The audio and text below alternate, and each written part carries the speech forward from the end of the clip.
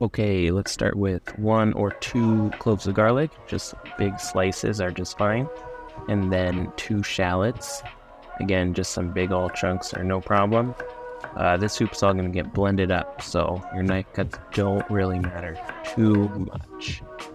After that, we'll go into a pot with about 2 tablespoons of butter. Then add your garlic and shallots and salt. I wouldn't always add my salt right away, but we want these to get really, really soft. So that salt is going to dry out the moisture so that the shallots and garlic don't caramelize. They just get really soft. And that's really the key to make this soup nice and smooth and flavorful.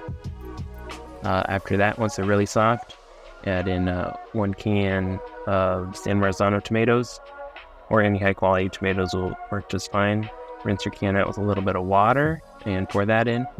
Then just let this simmer for about 20 or 30 minutes.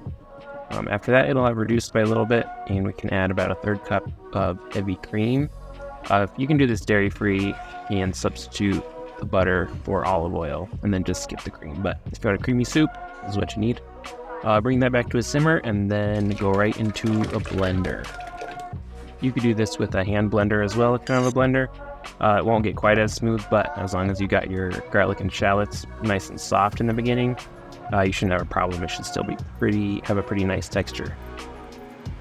Once it's blended, that's pretty much it. We're done. We're going to pour it back into a pot, taste it, season it again if you want, and go ahead and heat it up. Maybe even make a grilled cheese to go with it too. It's a very low effort, high reward, classic creamy tomato soup. Hope you enjoy. Now go cook something.